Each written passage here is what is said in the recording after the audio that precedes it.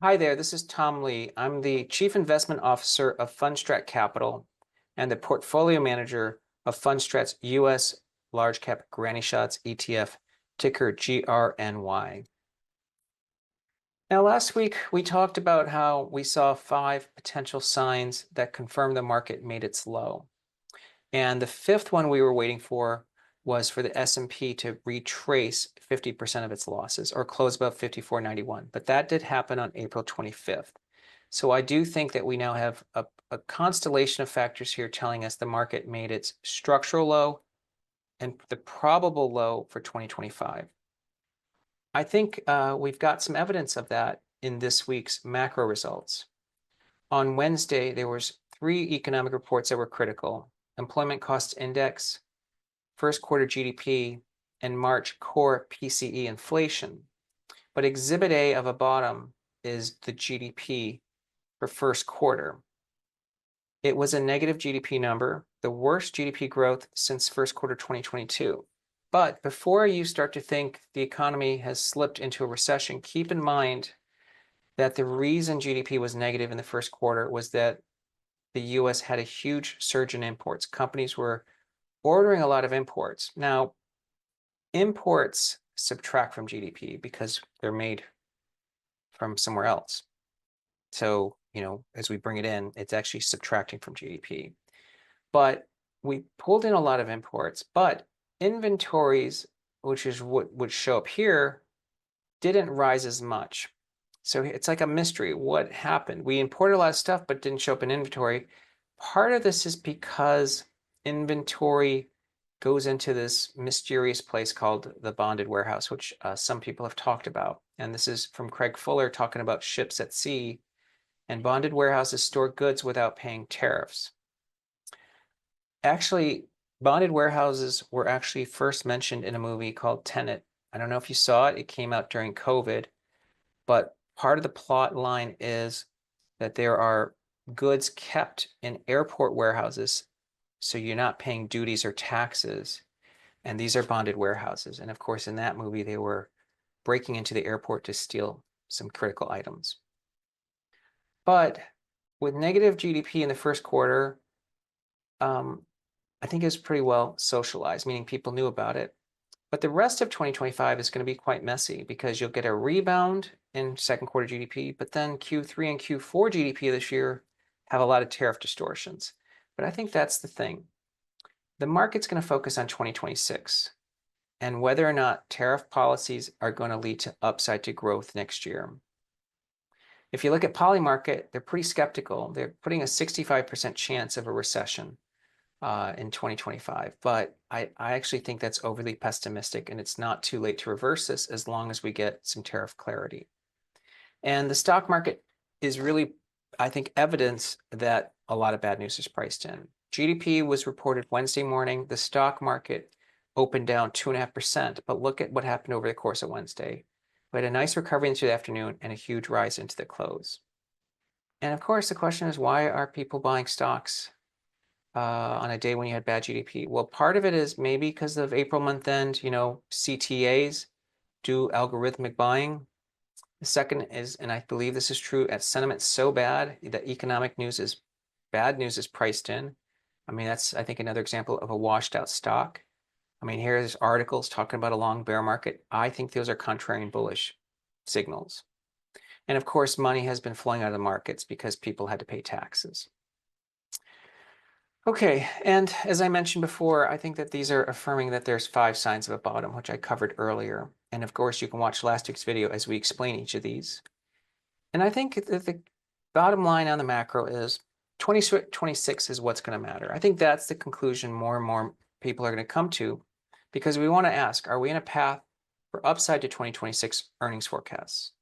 And it ultimately lays on whether or not tariff negotiations are successful. So that's the key thing to watch. Commerce Secretary Howard Lutnick says one trade deal is done. It's a big one. And I think the first one is an important one. He's just waiting for approval from the country's leaders. Peter Navarro added on top of that saying India, possible trade deal with India. And he says that he's just waiting for the parliament and prime minister to approve it. So I think markets are in a better place, bottom line, than they were a week ago and 2 weeks ago. There are some particulars I want to highlight. Price and NAV as of April 25th was $18.82 and total assets of $904 million. We want to announce that this past week, FundStrat's Grny ETF is now accessible to advisors on the Carson Group platform. Carson Group, thank you very much. It adds to an expanding list of platforms where the Grny ETF is available to advisors. Grny is also available for direct purchase through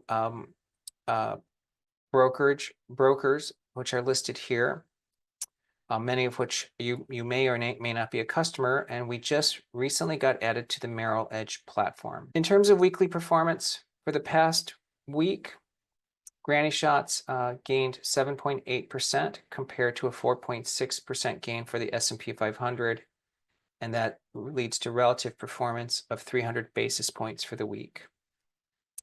In terms of relative performance, the top 5 contributors to performance were Palantir, Tesla, MicroStrategy, GE Vernova, and Netflix. The bottom 5 contributors to performance were S&P Global, Bank of New York, Progressive Corp, Abbott Labs, and Costco. We're in the middle of earnings season for Q1 2025. Now, this is the earnings season ending March, so it's not going to yet reflect the impact from tariffs. But so far, 19 of the 35 Grny stocks have reported results, as this table shows. And the numbers have been relatively positive. 79% of the companies are beating on both earnings and revenue. And in price performance, whether it's 1 day or 5 day, 81% are beating the S&P 1 day on the day they report, which is what you want to see. And 1 week later, 75% are outperforming. These are good stats, and it shows you that the fundamentals remain attractive for the Grny stocks. Now, let's look at earnings for this particular week, the week of April 25th. There are a lot of companies that are reporting, and some yet to report for the week. We're highlighting the 13 Grny reporting this week. And as you can see, it's quite a lot. For Wednesday after the close, there are 2 names that I want to highlight, Microsoft and Meta, because they're part of the Mag 7. And as you can see, after they report results, their stocks are up very strongly. In terms of theme performance, leading Grny is energy and cybersecurity, which continues to be led by Palantir and GE Vernova, but CrowdStrike, and these are all relative performance, are all contributing. The second best performing strategy is Style Tilt, which it's done quarterly, but again, it's led by names like Palantir, MicroStrategy, GE Vernova. And the third is Global Labor Suppliers. Now, that may not be a surprise to you, but of course, we are dealing with a lot of tariff uncertainty, but as you can see, the stocks that are related to helping U.S. gain productivity are outperforming. Now, if you're wondering what our Grny are, it refers to an unconventional way to do a free throw, popularized by Rick Barry, NBA Hall of Famer, made 90% of its shots versus traditional free throwers. The way we implement Grny is we look at key structural themes, things that'll last multiple years, like millennials, global labor suppliers and the rise of AI automation, energy and cybersecurity, as well as easing financial conditions.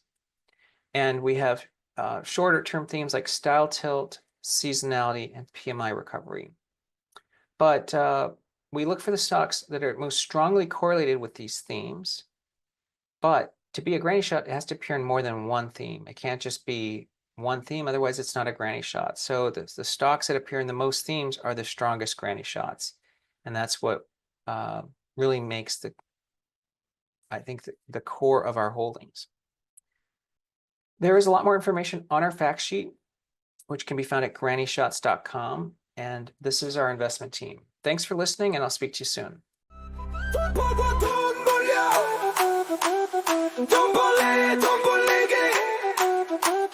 Don't